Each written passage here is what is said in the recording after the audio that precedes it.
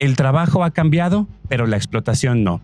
Lo que antes eran derechos consolidados, hoy son privilegios, y la clase trabajadora enfrenta un modelo que fragmenta, precariza y desorganiza. Mientras la oligarquía crece su riqueza, quienes sostienen el país con su fuerza laboral resisten entre nuevas formas de organización autónoma y un panorama legal que promete justicia. Este capítulo recorre las condiciones actuales del trabajo en México, las estrategias de resistencia obrera y, al final, el verdadero impacto de las reformas laborales recientes sobre la vida de quienes trabajan. Pues bueno, hola a todo el mundo. Bienvenidos a un episodio más de Ruptura. El día de hoy estaremos con uno de los temas ya clásicos del repertorio clásico de la izquierda, que es el tema de la clase obrera, el tema de la lucha de clases a través del proletariado, ¿no? Pero ya con una actualización, ¿no? Ya no nos vamos a poner tan clásicamente marxistas. Quién sabe, vamos a ver, pero ya, digamos, con voces jóvenes, ¿no? Con compañeros que ya nos acompañan en la lucha de clases ya, que nacieron de los 2000 para acá, ¿no? Porque siguió naciendo gente después del 2000, yo me entero. Estamos muy contentos. Les voy a presentar a quienes nos acompañan antes de que iniciemos con la acalorada discusión, digamos, con todos los temas coyunturales. Si usted nos está viendo el día de hoy, porque nos pueden ver en cualquier momento de la vida, hoy se publicó ya en el diario oficial la reforma al artículo 123 constitucional, ¿no? Dentro de esto que había prometido el gobierno en turno, nuestra presidenta. Y bueno, hablaremos de eso y más temas. Se encuentra con nosotros, comenzaré de izquierda a derecha, Fernando Irineo. Él es integrante de la Coordinación Jalisco del Frente Nacional por las 40 Horas y también es fundador de Charlas y Chelas. Buenas noches, Fernando. Buenas noches, muchas gracias por recibirnos. Se encuentra también con nosotros Lina González. Ella es también integrante de la Coordinación Jalisco del Frente Nacional por las 40 Horas y crisálida de la lucha social local. ¿Cómo estás? Muy bien, muchas gracias por invitarme. Y bueno, se encuentra Sofi, ¿no? Del equipo de Ruptura, que llegó patinando a la hora de grabación. Ahora, no me andes exponiendo. Que llegó aquí y bueno, que estaremos el día de hoy conduciendo el programa. Y bueno, está también con nosotros Máximo Ernesto Jaramillo. Él es académico, es activista del Oriente Tapatío, es doctor en sociología, digamos, académico, y es muy conocido aquí entre todos los de la producción y entre todos nosotros por ser cofundador, por llevar el proyecto de divulgación de Gatitos contra la Desigualdad. Muchas gracias. Entonces, pues, gracias por estar por acá. Bueno, pues para comenzar entonces yo desde luego preparé una serie de preguntas absolutamente controversiales, absolutamente ¿no? Con afán de discusión y me gustaría empezar, digamos, haciendo un breve panorama sobre el trabajo, la situación del trabajo actual y de su precarización. ¿Cómo es que vive hoy? ¿Cómo vivimos los trabajadores y las trabajadoras en este México? ¿En qué condiciones se desarrolla el trabajo? ¿Quién dice yo? Pues yo puedo empezar por una vertiente ahorita que dijiste trabajadora. Sí, yo sí es cierto, ¿verdad?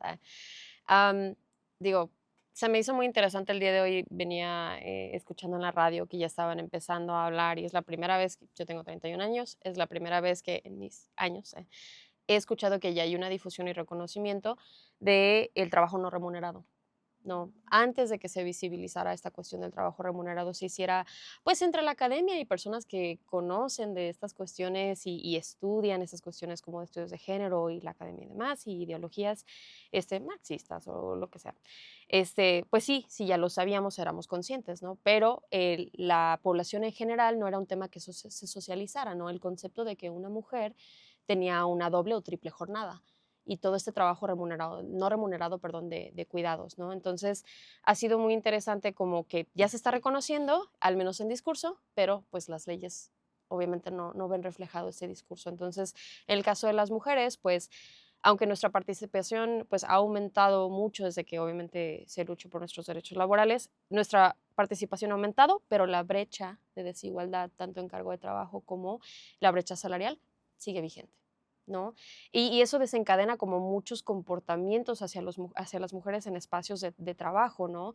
Que ya pues podemos catalogar como micromachismos y así, pero antes de irnos a esa área, pues las mujeres siguen trabajando jornadas largas con remuneraciones desiguales y aparte llegando a sus hogares y haciendo todo este trabajo no remunerado de cuidados, ¿no? Y pues todo lo que implica en nuestra sociedad como mexicana. eh, el cuidar del marido, ¿no? Simplemente el concepto de cuidar del marido, cuidar de los hijos, cuidar de una misma. Pues sí, entonces en el caso de las mujeres, pues es un panorama que aunque puede parecer que nuestra participación ha aumentado, nuestras condiciones siguen con una desigualdad pues muy profunda y como muy basada en pues el machismo y pues todavía mm, pues lo patriarcal, ¿no? Bajo el esquema patriarcal por el cual se sigue rigiendo México, a pesar de tener a una presidenta con A. Siguiendo la línea de lo que comenta Lina, me parece que entender la dicotomía de cuidado y autocuidado. Yo sé que a los boomers no les gusta la palabra autocuidado porque creen que exageramos, etcétera. Por eso no invitamos a ningún boomer hoy. Pero me parece que es importantísimo como traerlo a la mesa en tanto que ya ahora, es decir, no es que te tengas que desvivir por la empresa, ¿no? Ya estamos en un proceso de derribar los mitos o de empezar a derribar los mitos respecto a decir, es que somos una familia, a ver, no, puede ser una comunidad de vida, por supuesto, pero es decir, vas a cumplir una función muy específica, vas a desarrollar ciertas actividades. Qué padre que puedas generar relaciones sanas, pero más allá estamos tratando de derribar esto. Y lo más importante es que tú estés bien, ¿no? Lo que queremos es el bienestar de la persona. En eso está el proceso del autocuidado. Y también el reconocimiento, un poco lo que decía Lina, de los otros cuidados, ¿no? De cómo nos están cuidando en estos espacios y también los espacios que no están siendo reconocidos y que cada vez vemos que son fundamentales para sostener nuestra sociedad. Si puedo Por favor, agregar, Mac. a ver, volviendo un poquito a la pregunta, creo que como que la respuesta sintética y que profundizaré muy rápido es que digamos, el trabajo es al final de cuentas la columna vertebral de la sociedad bajo el capitalismo y demás, pero en México, además de ser la columna vertebral de la sociedad, es también la columna vertebral de la desigualdad. Y si hay una razón por la que México es tan desigual, es justo por la precarización del trabajo y por la forma en la cual las élites económicas explotan de tal manera a la clase obrera, ¿no? Entonces, hay un montón de indicadores que al final de cuentas pueden, digamos, dar fe de eso, pero nada más por como decirlo todavía más claramente, hay mucho este debate de que México es un país muy pobre y siempre lo que yo trato de decir es que no es que México sea pobre, más bien es que México es desigual. Si al final de cuentas todo lo que se produce con el trabajo de las personas en el país se repartiera de una manera igualitaria, nadie, digamos, agarrando indicadores como el PIB per cápita, nadie viviría en pobreza. El problema de México es que lo que se produce por los trabajadores se reparte de manera muy desigual. Obviamente, y acabo de tener esa clase, yo doy clases en el CUCH de economía y acabamos de tener esta clase donde se debate cuál es el origen del valor de las cosas, ¿no? Y claramente un acercamiento marxista o socialista lo que te dice, pero no nomás eso, también los liberales económicos previos a él, como David Ricardo, Adam Smith, te dicen que el valor de las cosas se basa en el trabajo. ¿Y quién trabaja? Pues los trabajadores, por más que parezca redundante, y no en realidad los capitalistas. Entonces, decía, hay muchos indicadores que muestran esto, pero por decir un par que claramente tiene que ver con la introducción que ya decías hace un momento, pues México es el país donde se tiene la jornada laboral más larga a la semana, digamos, de los países de la OCDE, y no solo de los países de la OCDE, también comparado con muchos otros países, por ejemplo, latinoamericanos, pero es al mismo tiempo el país donde se les remunera menos, ¿no? Y eso nuevamente desde una visión donde pensamos que al final de cuentas el trabajo es el origen del valor y se le remunera, de ese valor que se paga, se le remunera poco a los trabajadores, pues se entiende que las élites sean al mismo tiempo muy, muy, muy ricas, ¿no? Y no se puede entender a un Carlos Slim, a un Ricardo Salinas Pliego o cualquiera de los otros millonarios de la lista de Forbes si no hubiera este nivel de precarización y de explotación que hay en el país. Entonces, podemos profundizar ahorita un poquito más en otros indicadores, pero ahorita nada más eso, que al final de cuentas es tan grave la desigualdad en México justo porque es tan explotada la clase obrera. Pero además también, o sea, hay un contexto en México, ¿no? De años de abandono a la clase trabajadora, que desde los 80s, 90 empieza esta neoliberalización del Estado, ¿no? Y nos empiezan a eliminar derechos laborales, los que se habían conseguido en los años 70s, ¿no?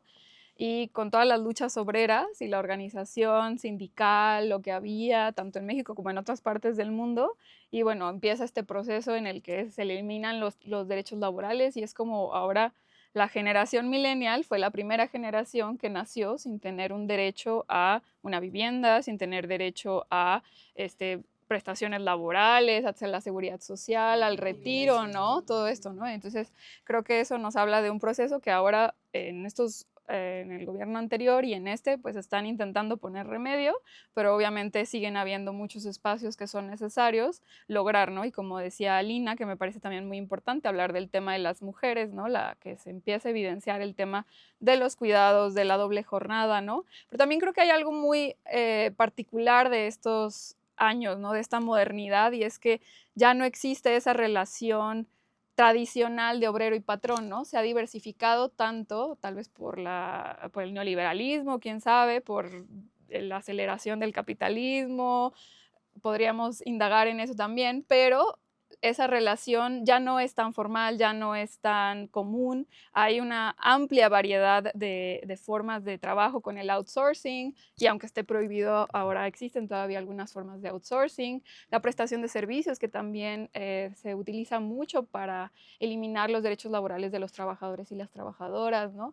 Y muchas otras formas de empleo que pues no ha logrado el Estado legalizarlas o regularizarlas de manera adecuada que permitan que pues, los derechos de todas y todas sean protegidos de la mejor manera, ¿no? Entonces, bueno, ahí estamos avanzando, hemos logrado, ya pues de menos estamos discutiendo la jornada de las 40 horas, ¿verdad? Pero pues en muchos países se está discutiendo que la jornada de, ¿qué son las 36 horas? 32.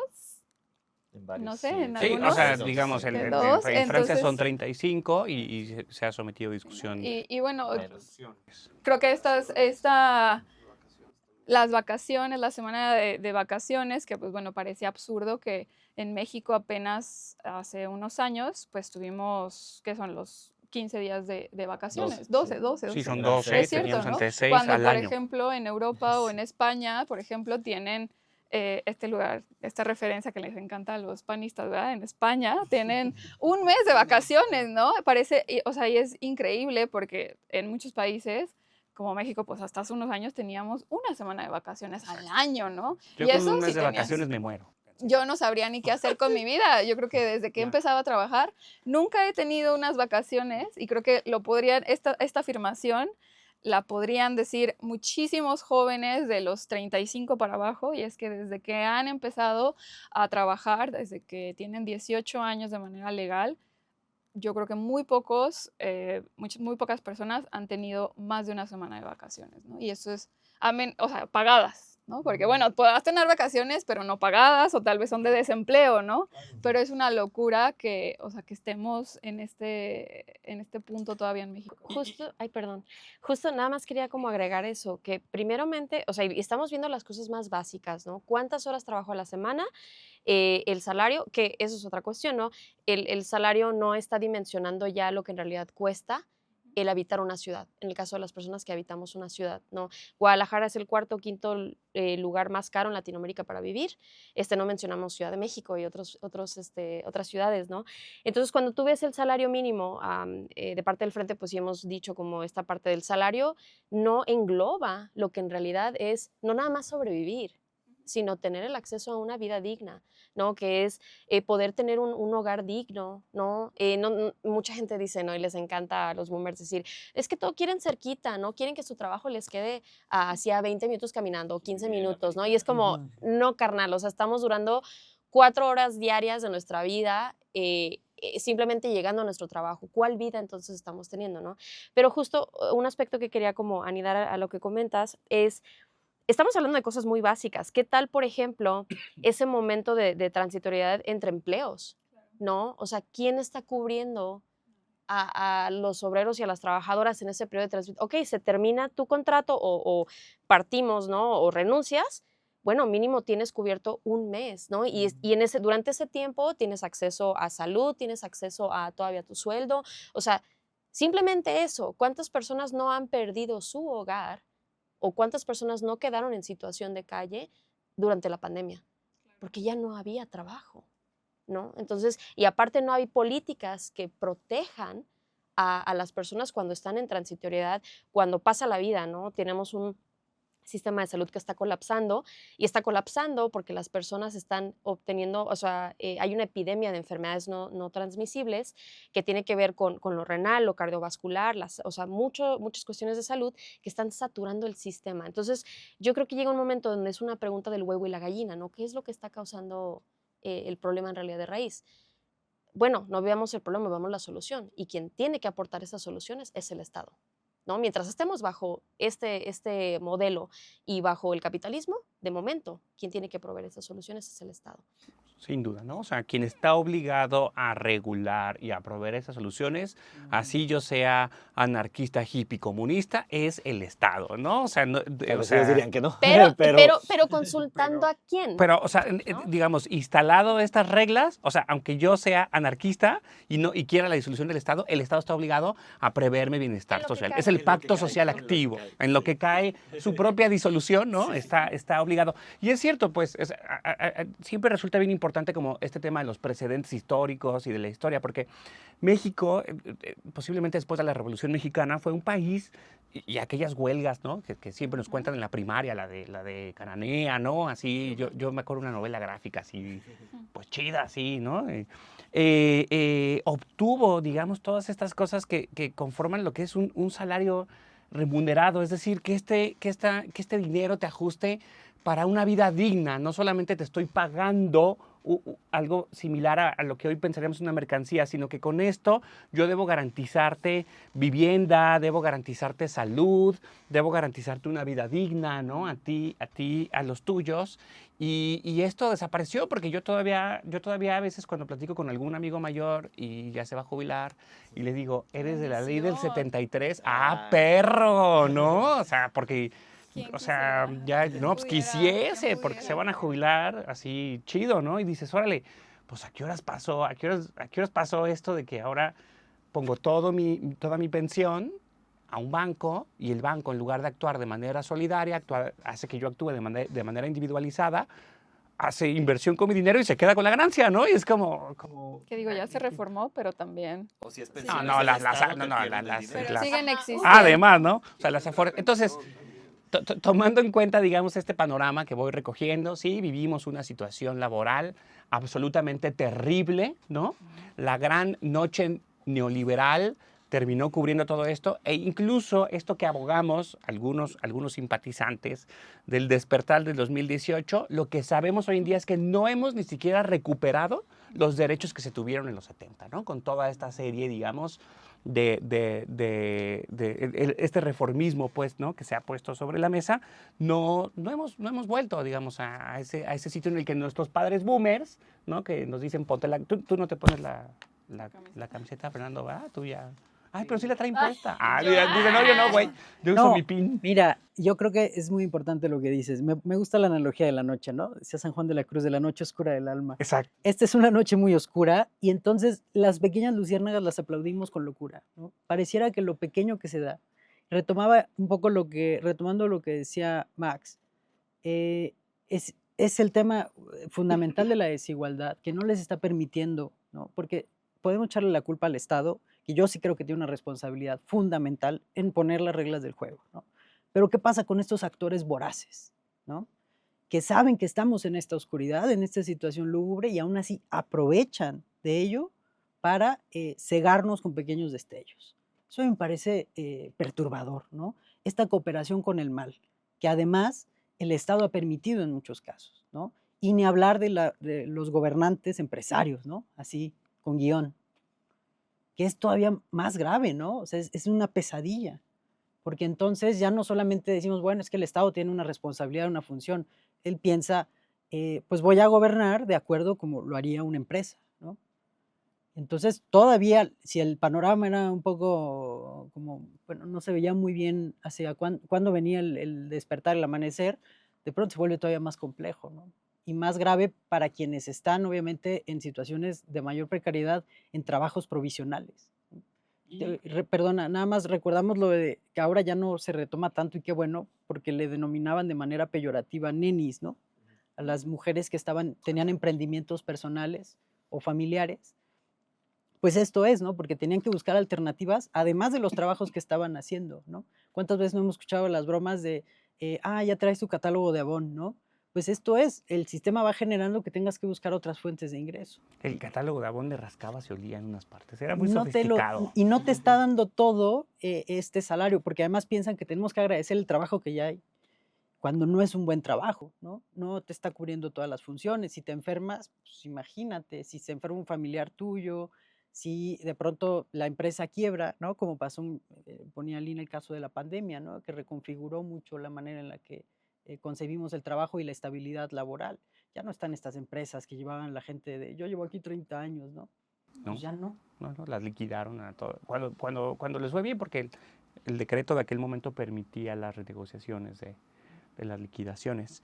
Y en cambio, digamos, hablamos de los trabajadores y rápidamente, ¿y cómo vive el patrón? ¿Cómo vive el empresario en México?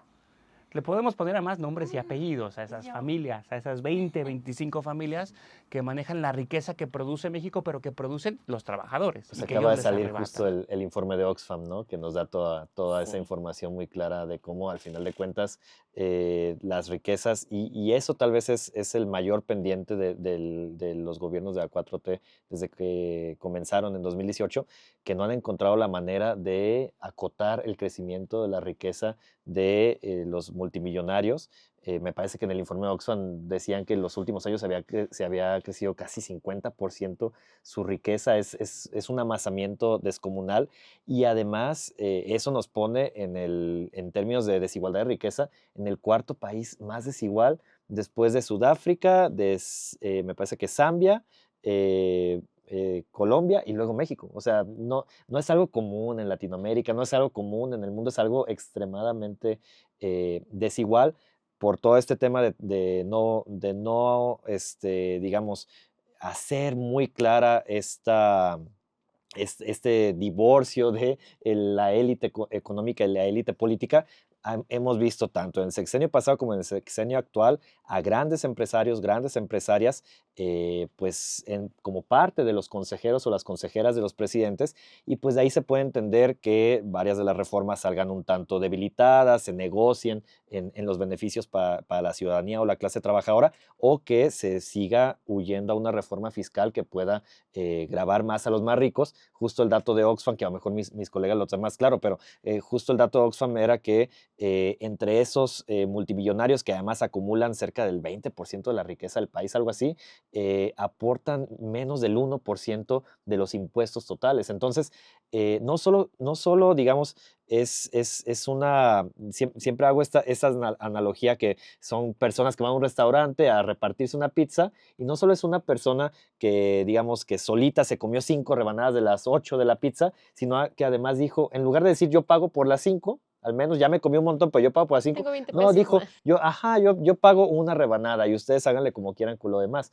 Entonces, también a partir de ahí se entiende pues la debilidad del Estado, o la imposibilidad de hacer mayores políticas sociales, el seguro de desempleo que decían hace rato mis colegas, y que sería transformador de la pobreza y de la pobreza laboral específicamente en el país, pues no llega, porque al final de cuentas no hay suficiente dinero, y la austeridad puede ayudar mucho, pero no va a ayudar mucho más si solamente se recauda 17 27% del... Hay un seguro de desempleo, pero es una broma, En ¿no? Ciudad de México. Y que están, ajá, Porque el justo, federal agarras de tu Afore. Justo Claro, lo que o sea, estabas hablando ahorita. digamos, está integrado a la Afore, lo cual es una broma, pues. Pues te agarras de tu Pues se supone dinero que de la así funciona jubilación. o sea, ese es el objetivo del finiquito, ¿no? y fíjate que me llama la atención lo que comentas, que dices, hay una debilidad.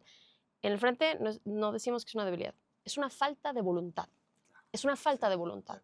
Porque claro que tenemos todos los presentes, porque luego me encanta que luego la gente es muy eurocentrista, ¿no? Y dice, pero es que mira, estos países europeos que así, ¿y sabes qué tuvieron?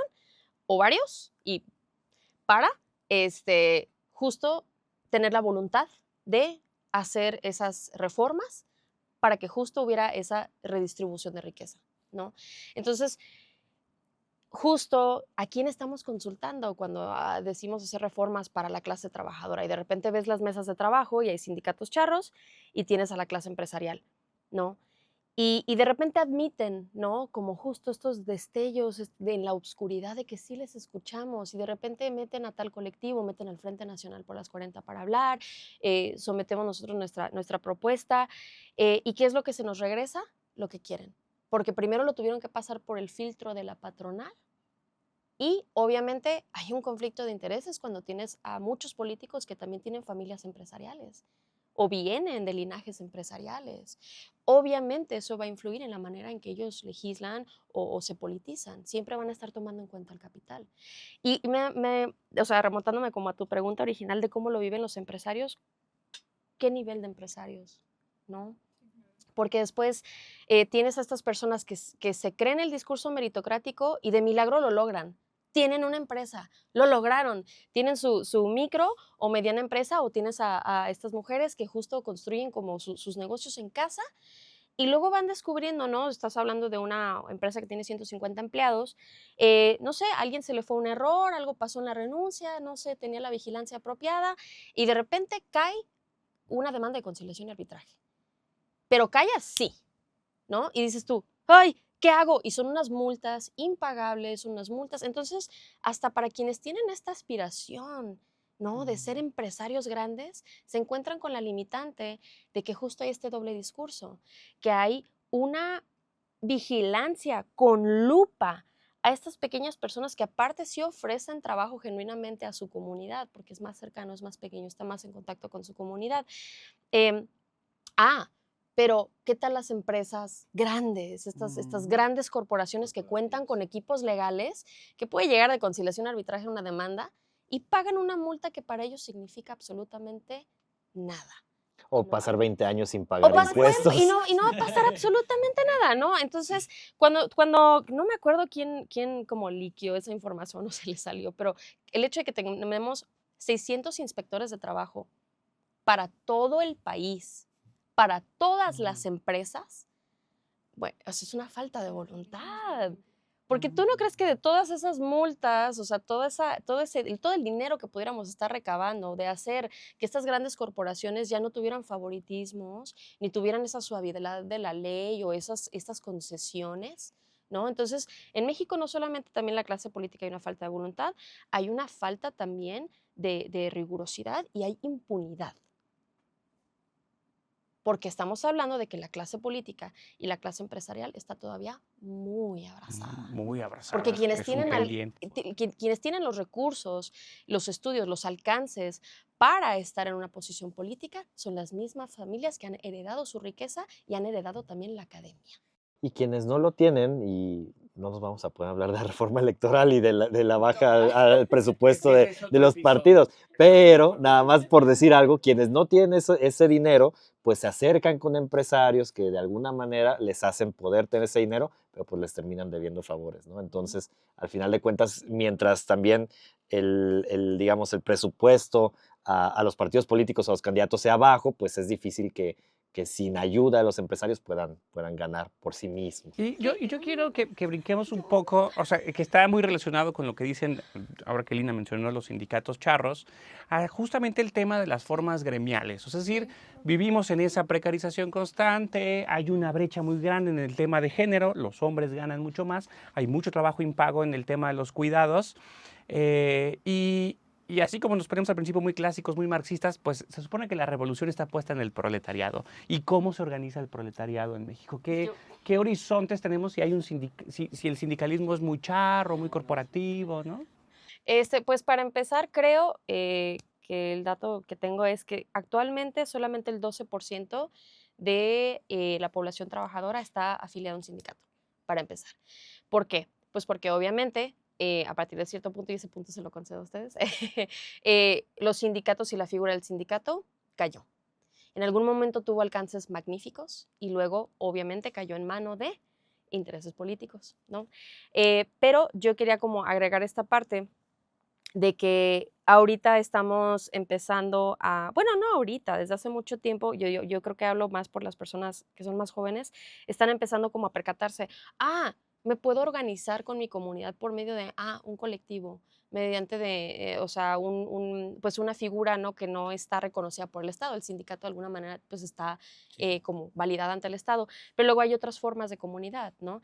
Y nada más como que quería hacer el punto de que justo nosotros exigimos que el Estado, por una parte, recoja esta cuestión de balancear el juego, pero es responsabilidad de quienes dirigen colectivos y la parte de organizarnos como comunidad. Esa es la parte que va a exigir cómo vamos ¿cómo se dice? Balancear la mesa, ¿no? Cómo vamos a balancear este juego. Entonces, cuando no tenemos organización, el tejido social se debilita, no hay comunidad, no hay socialización de información, no hay integración de parte de las personas, entonces no sabemos qué exigirle al Estado, ¿no? Y eso obviamente va a ocurrir, es un ciclo vicioso porque no tenemos tiempo, porque estamos trabajando. Sí, tal vez lo único que quería agregar ahí, justo y respondiendo a la pregunta, es que al final de cuentas es un problema histórico de México, esta debilidad de los sindicatos, que incluso es todavía anterior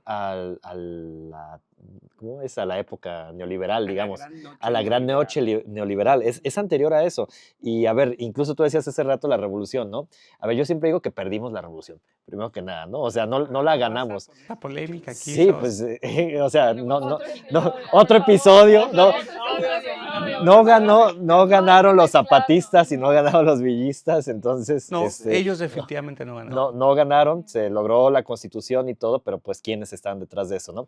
A lo que voy es, hubo una época a mitad del siglo XX donde tal vez si se hubiera promovido que sindicatos importantes, que hicieron huelgas importantes, ferrocarrileros, médicos en los 50, si digamos, eso no se hubiera reprimido de la forma tan cruel que hubo, brutal, con la que se hizo, tal vez tendríamos algo distinto, ¿no? Pero en realidad, desde previo a la época neoliberal, teníamos le llaman los académicos un régimen de bienestar dual. O sea, teníamos a la mitad de la población que tenía ciertas, digamos, concesiones laborales, derechos laborales, seguridad social, después del 70 Infonavit, algunas cosas, pero la otra mitad de la población nunca estuvo formalizada en esos términos y en realidad nunca tuvo acceso a esos derechos. Con la época neoliberal todo fue mucho peor. Pero sí, efectivamente, a partir de que en realidad casi 1 de cada 10 trabajadores solamente está sindicalizado y de ellos cuántos están bajo digamos, el yugo de sindicatos charros, de las grandes confederaciones que pues al final de cuentas avalan todo lo que la patronal quiera, pues me parece que yo creo que otra de las grandes explicaciones de el por qué ahorita estamos discutiendo en pleno 2026, nos estamos peleando por 40 horas, cuando tiene 100 años que lo recomendó la OIT, es justo porque los sindicatos, pues al final de cuentas, no lograron cumplir su función.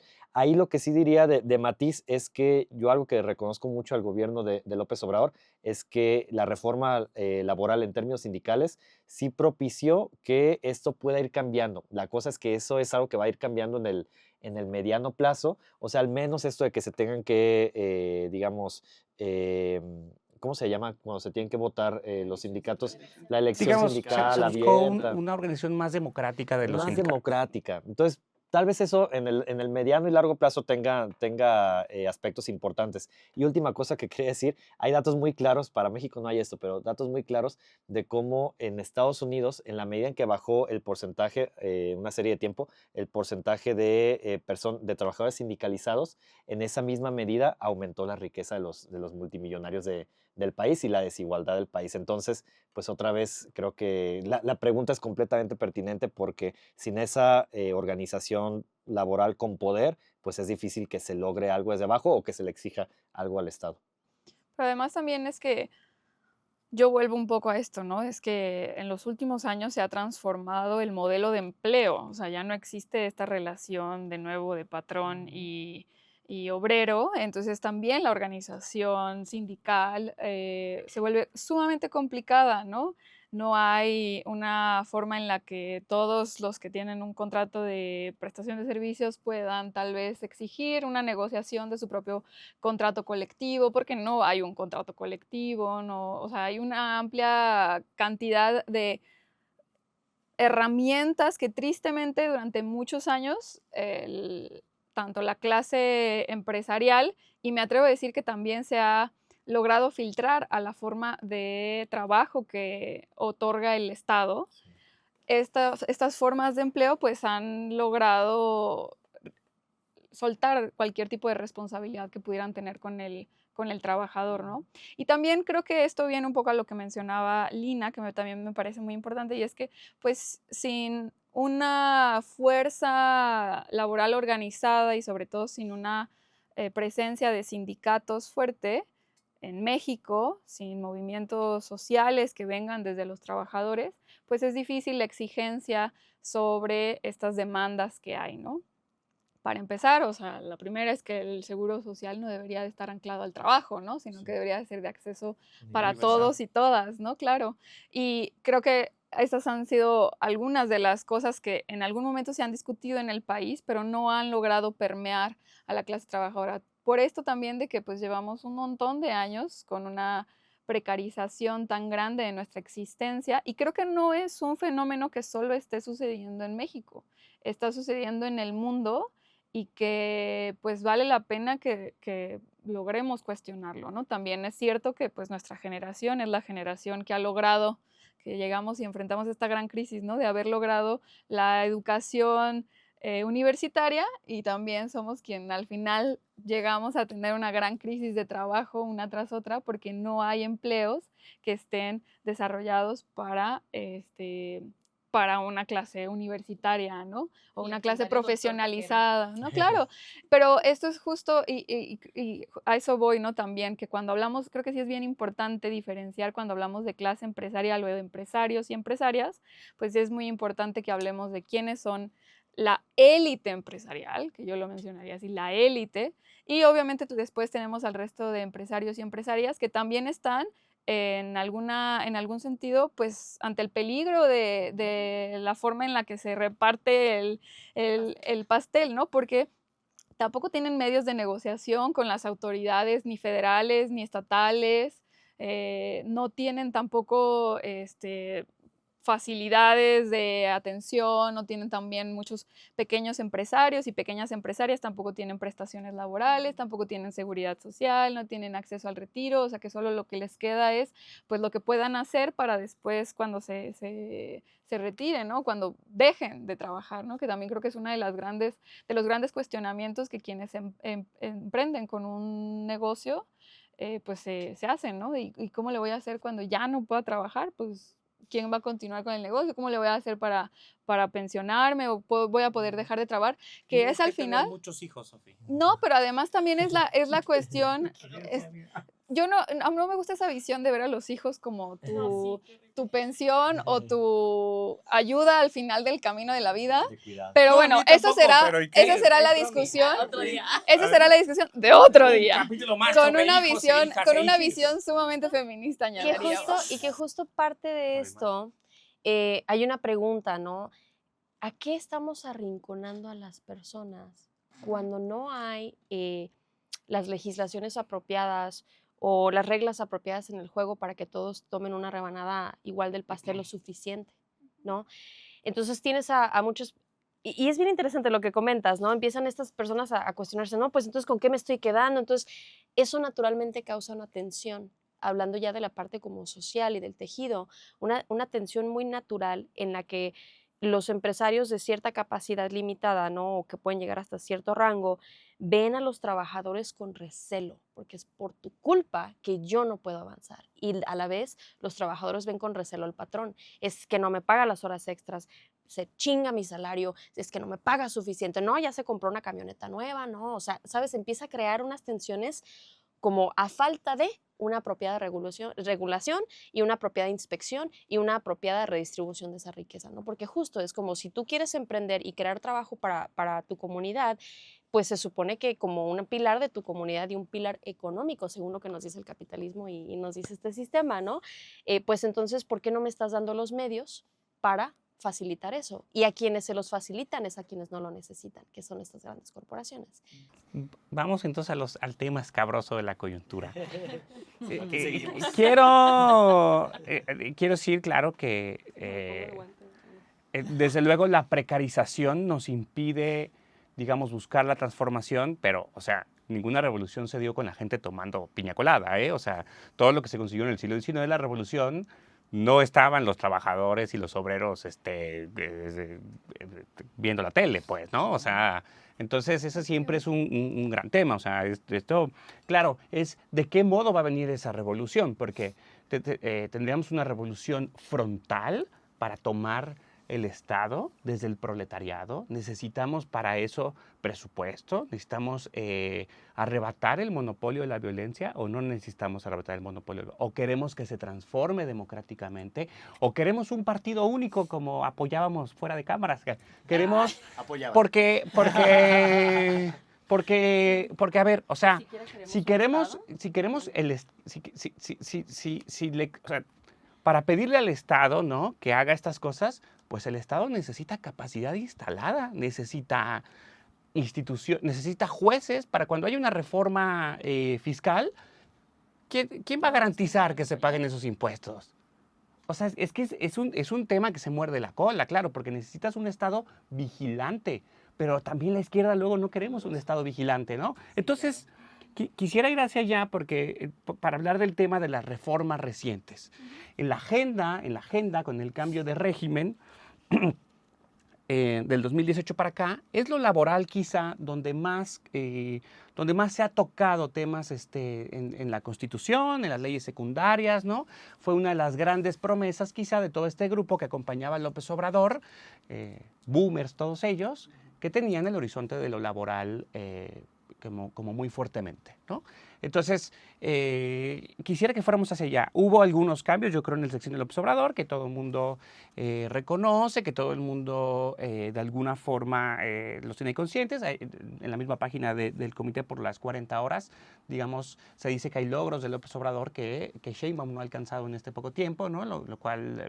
Es ilógico la comparación. Bueno, eso dicen los compañeros, pero... es que me metí a la web. Pero veamos, o sea, ¿qué postura es la que tenemos frente a las reformas? Porque sé que las posturas del comité han sido muy críticas, lo cual celebro porque no estamos para pedir mínimos, sino para pedir máximos en el pueblo, pues, ¿no? Sí, pues justo lo que comentaba Max, el Frente Nacional por las 40, dice, hay una deuda histórica. Entonces, 100 años nos están diciendo que perfectamente podemos trabajar 40 horas, justo porque hay una preferencia por la clase empresarial elite. Hay como esta reforma se hace justo preguntándoles a ellos, ¿cómo las quieren? ¿No? Sal, no sal, revuelto, estrellado, ¿cómo lo quieren? ¿No? Y a las personas a las que se trae a las mesas, de nuevo, hablamos de sectores que no representan en realidad a los obreros. Entonces, esta reforma de parte del Frente Nacional decimos que es una simulación. Es una especie de curita, porque en discurso, ¿no?, suena muy, muy bonito, pero ya cuando lees la reforma, lees las modificaciones a la Ley Federal del Trabajo, ves el esquema de horas extra, cómo cambió, ves que no hay otro día de descanso más, entonces es como ¿de qué nos sirve entonces la reducción de la jornada si seguimos trabajando? Es nada más una redistribución. Y si agregamos la ambigüedad de la definición de la relación laboral, estamos entonces abriendo el panorama a más arbitrariedades, más ambigüedades, y es un retroceso de derechos. Entonces, para nosotros el Frente dice que es meramente una simulación, porque al no ser una reducción inmediata, al no contemplar los 2 días de descanso, al incrementar el tope de horas extrasemanales y al mover, abaratar, o sea, para socializarlo de una manera más entendible, abarata las horas extras, no se cambia de 9 horas a 12 horas. ¿Dónde está entonces el beneficio? Para la clase obrera no es, para la clase empresarial élite, claro, pero para el Frente Nacional nos parece que esta reforma es una simulación, es una manera de cubrir. eh, Morena, como partido, tiene un excelente equipo de marketing. Entonces, obviamente, para los sectores de población que no están socializados con abogañol, no entienden academismos o no entienden, no puede salir un dictamen y lo pueden leer y decir, ¡Ey! ¡Ey! ¡Ey! ¡Ey! Se escucha muy bonito, ¿no? ¡Ay, las 40 horas, las 40 horas! Nosotros tenemos, o sea, todas las coordinaciones, por eso yo estoy enamorada del Frente, hacemos mucho trabajo de calle y brigadeos. Entonces, cuando tú vas por la calle y cuando empezamos aquí a trabajar en Jalisco, empezamos a reactivar ahora en 2025, tú escuchabas a las personas, recibían un volante que hablaba de la reforma laboral y yo escuchaba a varias personas decir, ¿pero que no las 40 horas ya estaban? O sea, ¿ya íbamos a empezar a estar a las 40 horas? Y yo, no, señora, hasta el 2030. No, pues entonces van a ser puras promesas de campaña. Entonces porque las personas son conscientes, ya lo han vivido muchos años, personas que tienen nuestra edad o son mayores, saben que mucho de lo que prometen los políticos son en campaña y cuando llegan no cumplen. La gente ya lo sabe. Entonces Morena también sabe y se adapta. Entonces los discursos que tiene son excelentes porque da a parecer que sí es de izquierda, que sí ve por las personas. Y luego ves los 100 compromisos de Sheinbaum y dices, wow, todo esto es extremadamente neoliberal, pero está así como lavadito con una manita de gato, pareciera socialista, ¿no? O pareciera como por el pueblo, pero no lo es. Y lo vemos en la práctica.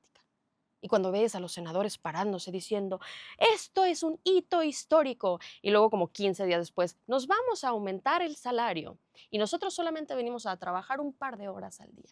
Entonces hay una desconexión enorme entre el discurso, la realidad que viven los representantes de Morena y que viven los representantes políticos y de la clase obrera. Lo vemos claramente aquí en Jalisco con Pablo Lemus y todo el brete que se está dando con el transporte público. Sí, porque a mí me llama la atención que el Frente es anticapitalista y es apartidista, ¿no? Entonces, en ese sentido, lo que señalan es el desgaste, los excesos de los partidos políticos y del tema, y bueno, y anticapitalista, ¿no? Entonces, a mí me gusta mucho ahondar en eso, porque hace rato les decía que yo ya después de los 35, pues a mí ya después de los 35 me gusta tomar partido, ¿no? No estoy afiliado, pero... Porque no pasó tu cosa esa. Pero... Sí. Pero siempre, digamos, me parece que para la colocación del horizonte político y de los objetivos políticos resulta indispensable una mirada anticapitalista, antipatriarcal y antirracista, ¿no? O sea, esos son unos no negociables, pero se suelen colocar en el horizonte porque en los presentes históricos hemos aprendido del choque de los poderes, ¿no? Es decir, nosotros que estamos aquí podemos estar de acuerdo en que queremos menos horas de trabajo y una redistribución de la riqueza, que fue con lo que empezó Marx. Pero hay una serie de poderes que operan instalados ahí, ¿no? Y que hay que tener en cuenta. Max, ¿algo que tú quieres agregar sobre todo este tema de las reformas? Y Sí, aunque también vi que Fernando también quiere decir. No, nada más añadir Si como... quieres después de Muchas gracias, Max. Por favor. El tema que dice me parece importante. A ver, el Frente sí dialoga, por supuesto, ¿no? O sea, si no, no es que tengamos una actitud de oposición, ¿no? No es nuestro rol, ¿no? Lo que decía Lina es que cuando no hay unas estructuras sólidas, la gente busca la manera de agruparse. Y lamentablemente es que cuando buscas estos colectivos es cuando te pasó algo, ¿no? Antes no. Entonces, ¿y por qué no? También lo decía Lina, no hay tiempo. Y el Frente ha hecho un trabajo, me parece, como de reflexión profunda.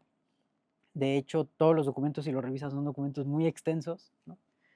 No nos gusta resumir nada con inteligencia artificial. Sí, sí. vi hoy en la tarde. Entonces, y además el Frente ha hecho una reflexión nacional que me parece a mí también interesante, ¿no? Como tratar de tropicalizar cómo están las realidades en diferentes latitudes del país.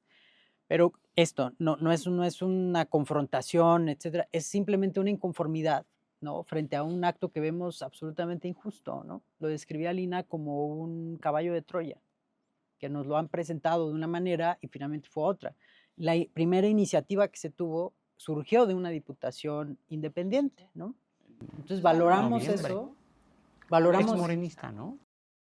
Ex. No. Susana Prieto. Sí, Susana Prieto luego Pero cuando la presentó salió. era de Morena y después se salió. después se salió. Sí, justo porque no la quisieron Pero discutir cuando ella era finalmente- diputada. Justo. Sí. Sí, pero sí. Y finalmente no, La carita. no quitamos el dedo del renglón. O sea, entendemos la realpolitik, no es que la neguemos y digamos, no, nosotros vamos a imponer una agenda, etcétera. No, al contrario, entendemos qué elementos se pueden y por eso es que incluso se participaron en las mesas donde fue invitado el Frente, ¿no? Se participó de manera activa, proponiendo. En los parlamentos abiertos y los foros, ¿no? Que Sí. se realizaron. También lo revisé, también hice mi tarea. Ahorita podemos ir hacia Y allá. creo que, es decir, sí había una idea de entendimiento, ¿no? Ahora, por ejemplo, me parece que hay una percepción como de derrota, que a mí me parece que, bueno, pues es natural en cualquier movimiento social, ¿no? Pero finalmente, bueno, esto sirve para reagruparnos, para volver a entender el fenómeno, para ver cómo nos volvemos a reorganizar, ¿no? Y qué otras estrategias podemos implementar.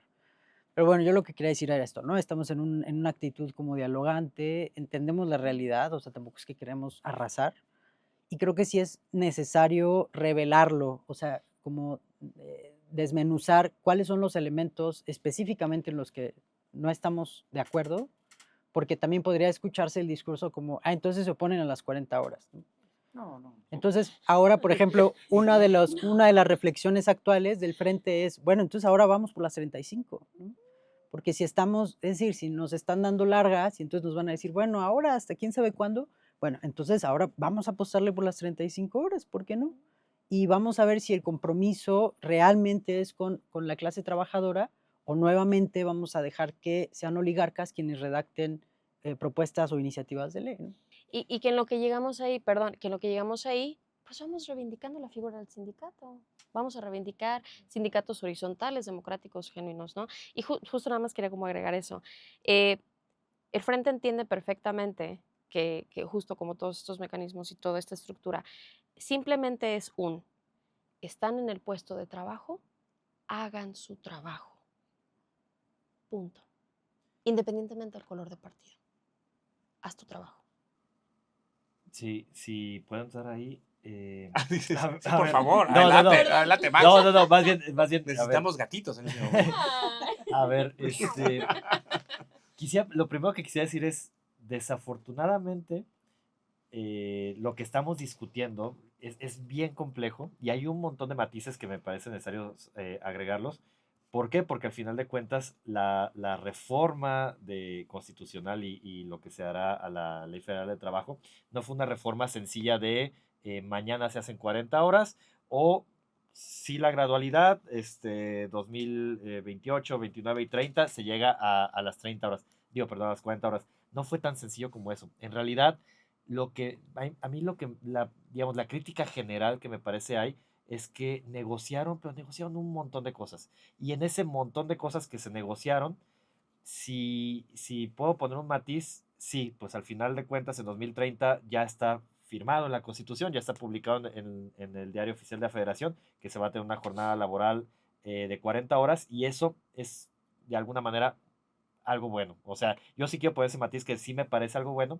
El problema es todo lo que se tuvo que negociar para que se diera eso y si eso que se tuvo que negociar termina moviendo la balanza final. Y 5 puntos muy rápidos porque, insisto, es muy compleja la reforma y nunca se analiza de esa forma.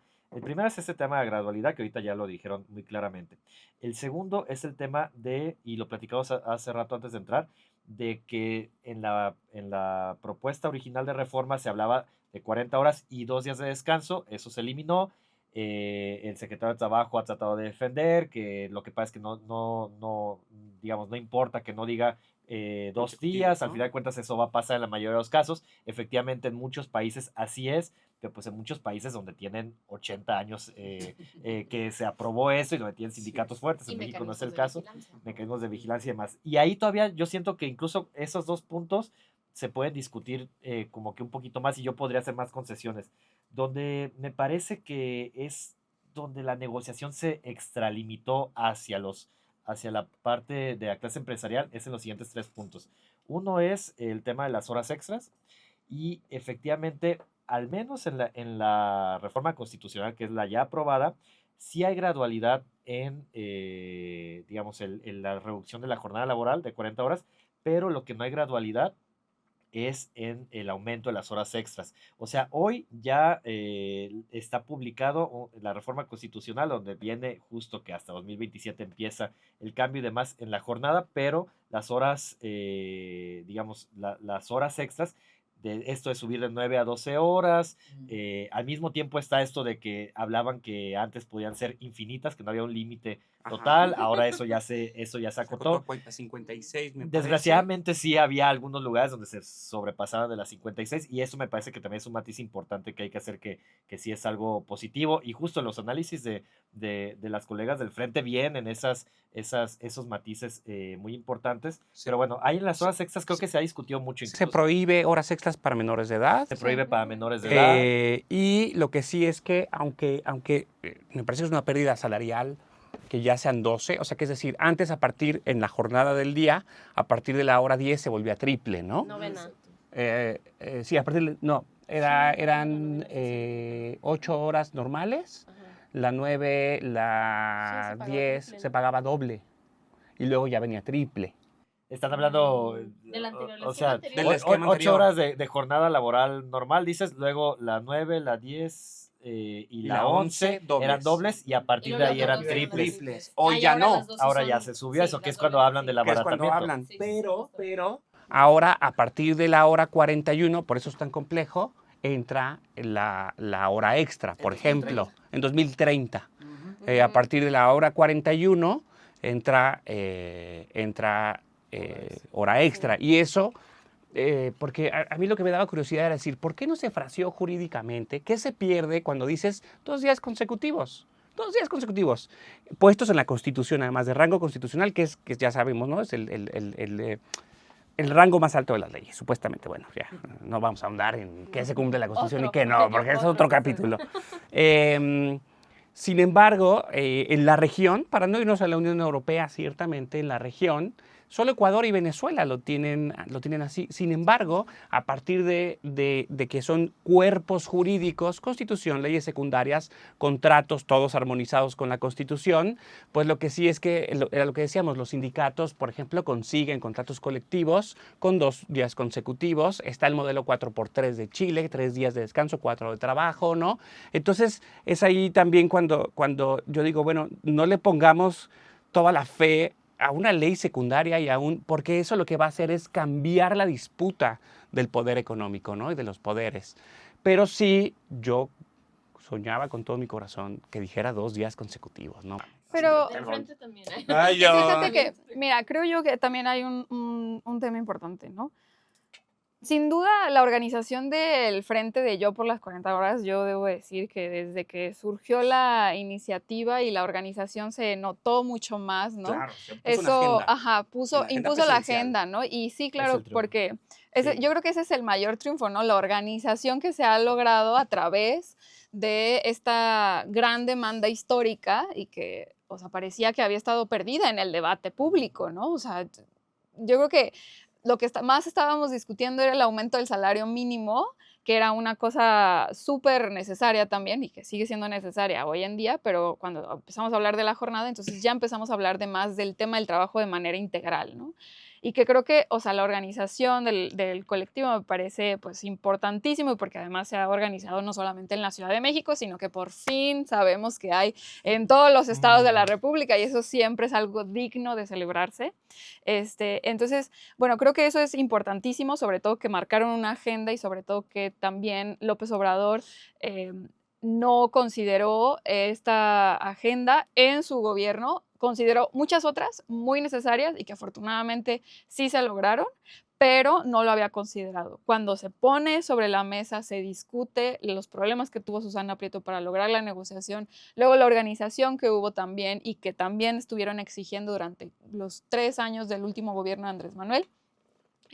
Los 3 últimos años del gobierno de Andrés Manuel, creo que fueron súper necesarios para que también estuviera como una de las promesas de Claudia Sheinbaum, ¿no? Entonces, o sea, se notó y se permeó que era una exigencia y sobre todo que había una gran aprobación en la población porque eso sucediera, ¿no? Eso me parece importante mencionarlo y que también, bueno, creo yo, esta es la parte que es rasposa. ¿Por qué? Porque estamos hablando de que cuando llega la negociación, el momento de hablar de la negociación, de cómo vamos a lograr las 40 horas, pues sí es cierto un poco lo que dice Max, de que pues este tira y afloja con la clase y la élite empresarial, pues se empezó a hacer no tan fácil, ¿no? Porque lo vimos y creo que también vale la pena, disculpen que tal vez hable un poco más históricamente, porque o al menos del sexenio pasado, fue complicado incluso negociar después y durante la pandemia el tema del salario mínimo, ¿no? Y a partir de ahí se convirtió en un tema muy difícil de negociar, pero que la voluntad del gobierno de Andrés Manuel fue estar y estar y estar para lograr la promesa que era doblar el salario mínimo, ¿no? Entonces llega el gobierno de Claudia Sheinbaum y también tienen esa negociación en la mesa. Entonces creo que ahí también hay otro tema, ¿no? Y luego también está en la agenda de la doctora Claudia es el tema de los cuidados, que también no está claro cómo se va a negociar eso y cómo se va a poner en la mesa, cómo se va a legislar eso, que también es otro tema importante, ¿no? Entonces creo que sí se ha perdido, creo que hay errores en la negociación, que también teníamos el tema de las plataformas, de Uber, Didi, la forma de empleo de todos ellos, y que creo que ahí hay un detalle importante, pero que conociendo el momento histórico en el que está Morena y en el que está el partido y en el que está el movimiento de transformación, sí es cierto que hay muchas cosas que podrían haberse mejorado, pero que también había mucho en la mesa, porque no solamente era el tema laboral, sino que también era la colaboración de los empresarios en los proyectos nacionales, ¿no? Que ahí creo que también hay otra cosa que debemos de considerar en la discusión. No quiere decir que yo o sea, me parezca que sea la máxima, ¿no? Obviamente queremos más porque somos una clase trabajadora empobrecida que necesita mejores condiciones, pero sí creo que hay muchos, como decía Max, pues muchos matices que hay que mencionar. Y creo también hay algo que a mí me dejó con muchos pendientes y es que sí está legislado para el 2030, ¿no? Pero a mí me preocupa un poco y creo que eso también debería de estar en la discusión y sobre todo también que se plantee por parte del gobierno federal, es qué va a pasar en estos años, en este inter, con las muy probables violaciones a los derechos laborales de la clase trabajadora en lo que está esta negociación, ¿no? En lo que está esta adaptación que parece ser que no sabemos cómo es que van a estar operando los empleadores y que creo que ahí está como un tema pues un poco escabroso, ¿no? Porque cómo le hará también la Secretaría del Trabajo para lograr la verificación de todos estos centros de trabajo, para lograr que se estén cumpliendo con ciertas cosas y sobre todo, pues tal vez no tenemos los 2 días hasta el 2030, que no estoy tan convencida de que deban de ser a fuerzas consecutivos, pero que haya 2 días de descanso. Consecutivos, Sofi, ya, por favor. No, porque no todos los trabajos lo permiten. ¿No? O sea, no Pero necesariamente. idealmente. Idealmente, pero también podemos jugar con tener 2 días de descanso. Creo que, aunque no sean consecutivos, es un gran avance por parte de la clase trabajadora, ¿no? Que pues podría plantearse, ¿no? Y que también no era tan difícil, ¿no? Pues si se sobreentiende que las 40 horas estaba, pues ¿por qué no, verdad? Pero bueno, eso también creo que tal vez Max podría ahondar un poquito más en eso, pero sí creo que es el inter lo que a mí me preocupa, ¿no? Y que cómo vamos si también hay una carencia en la Secretaría del Trabajo, pues cómo le van a hacer, ¿no? Si hay algún Sí, plan y claro. todo. Y que creo que también debe de ser una de las cuestiones a discutirse, ¿no? Y me voy a atrever a decir esto, pero pues todavía, o sea, no está todo perdido, ¿no? O sea, aunque esté aprobado que ahora está en el Congreso Federal, y también se le pueden hacer adaptaciones, se les pueden hacer modificaciones, que también el Congreso Federal implica una discusión mucho más amplia que la que fue en la Cámara de Senadores. En la Cámara de Diputados pues tendremos 300 diputados, seguramente veremos unos grandes argumentos por parte del PAN, que van a estar muy a favor de las 40 horas, pero sobre todo pues porque hay una amplia variedad más de representantes, ¿no? Y nada más como un comentario que también creo que es importante mencionar, chiquitito nomás, es el tema de que, pues creo que sí hay una crisis también dentro del partido, ¿no? Respecto a estas Sí, agendas. porque, o sea, imagínate avanzar esa agenda con Pedro Ace sentado Sí, ahí. eso lo digo ese yo. fue el problema. Y Ese lo con digo. el doctor Sí. Lomelí ahí, perdón. Ese fue Y el que problema. creo que también ese es el detalle, ¿no? Que dentro del partido hay una crisis que también está generando tensiones para la negociación de esta agenda y que eso también dificulta un poco que podamos discutirla con todos los elementos necesarios que nos gustaría desde una visión de izquierda y desde una visión del avance de los derechos de los trabajadores y las trabajadoras, ¿no? En este amplio aspecto, ¿no? Bueno, disculpe, lo que pasa es que, bueno, el Se va a tiempo acabar el es tiempo. aliado y enemigo, pero no se preocupen, vamos haciendo algo, vamos reuniendo, en sus casas, pues, no es cierto. Vamos haciendo una última ronda de un minutito de cierre para que den los comentarios que quieren decir. Podemos comenzar con Lina, ¿no? Para hacer el agregado y tenemos un minutito para que ya pongamos esas luciérnagas a volar de nuestras ideas. Pues justamente yo creo que lo más importante es que el frente definitivamente no nos sentimos derrotados, definitivamente no, porque ya viene la prueba de fuego y esa es la parte más importante, porque ahora quienes van a vivir todas estas carencias es, ahora sí, los obreros, lo van a vivir aún más. Y eso es una gota importante al caldero hirviendo de la digna rabia que va a hacer que las personas por fin, si ya de por sí estaban molestas, puede contribuir, esto quizás a lo mejor fue un paso en falso, ¿no? Y que va a generar justo esta molestia mayor y después vamos a ver una bola de nieve.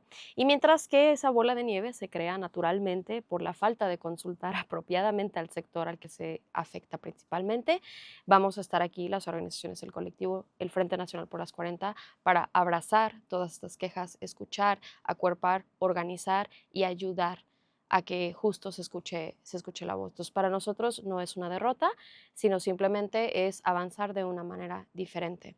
Y mi única pregunta, yo creo que para el gobierno y todas nos podemos pasar aquí discutiendo las tecnicalidades y que el partido se le dificulta, pero mi pregunta ¿es suficiente? ¿Es justo cuando sí se puede? ¿No? Y eso es lo que vamos a averiguar.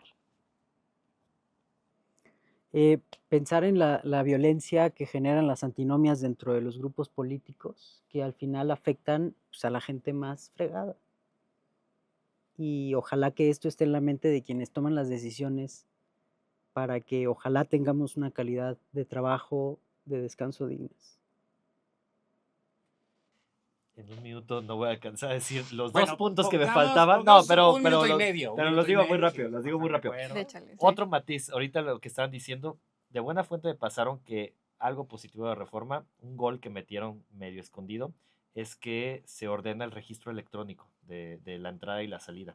Entonces, a partir de ahí, se supone que va a haber una mayor vigilancia. Yo puedo discutirlo mucho, pero eso me han dicho y es el lado de allá. Los dos puntos que para mí balancean hacia el otro lado el resultado total es que en la Ley Federal de Trabajo, y eso todavía no se aprueba, se está cambiando tanto la definición de patrón como la definición de la jornada laboral. Sobre todo en la definición de la jornada laboral ya no es el tiempo que está a disposición el empleado del trabajador, perdón, el empleado hacia el empleador, sino que es el tiempo efectivamente trabajado. Y eso no nos imaginamos de verdad el problema que se podría hacer si se aprueba y pues a como están las cosas, seguramente se va a aprobar. Digo, desgraciadamente, pues, o sea, que todo ya está planchado y se está aprobando. Y ojalá y algún día me inviten a ese programa donde se discuta el problema interno de Morena y de la falta de democracia ahí, pero con mucho gusto. Y nada más siguiendo lo que decían ahorita, yo no creo que vaya a pasar una bola de nieve que haga explotar todo. Desgraciadamente aquí, como se hacen las cosas en México, es más bien que poco a poquito se vaya calentando el agua para que no nos demos cuenta y vayamos naturalizando que todo está peor. pero pues iremos viendo y aquí estaremos ayudando de todos modos. Pues yo nada más concluiría que es una maravilla que estemos discutiendo las condiciones laborales, que estemos hablando de la jornada, de cómo se debe de transformar la jornada, que creo que ya teniendo esto en el debate público podemos avanzar mucho con las agendas, tanto legislativas como lo efectivo que debe de hacer el Estado para garantizar mejores condiciones de trabajo, pero sobre todo mejores condiciones de vida, ¿no? Que no todo se agota en la jornada laboral, sino en muchas otras agendas que son necesarias para la clase trabajadora y para mejorar nuestro bienestar, ¿no? Pues bueno, con estos excelentes invitados terminamos este episodio de Ruptura, donde concluimos hacer la revolución desde el proletariado, como ya se nos había dicho hace más de 100 años. Saludos y abrazos a la producción. Muchachos, sindicalícense para que no estén aquí tan tarde. Bien lo dijo, ¿te acuerdas quién es? Como Angelique Boyer, ¿quién era? ¿Quién? ¿Y Tati Cantoral? Ay, que no, esta... Hay que hacer un sindicato. Hagamos más sindicatos. Y pues gracias por acompañarnos y hagamos un hagamos un sindicato. sindicato.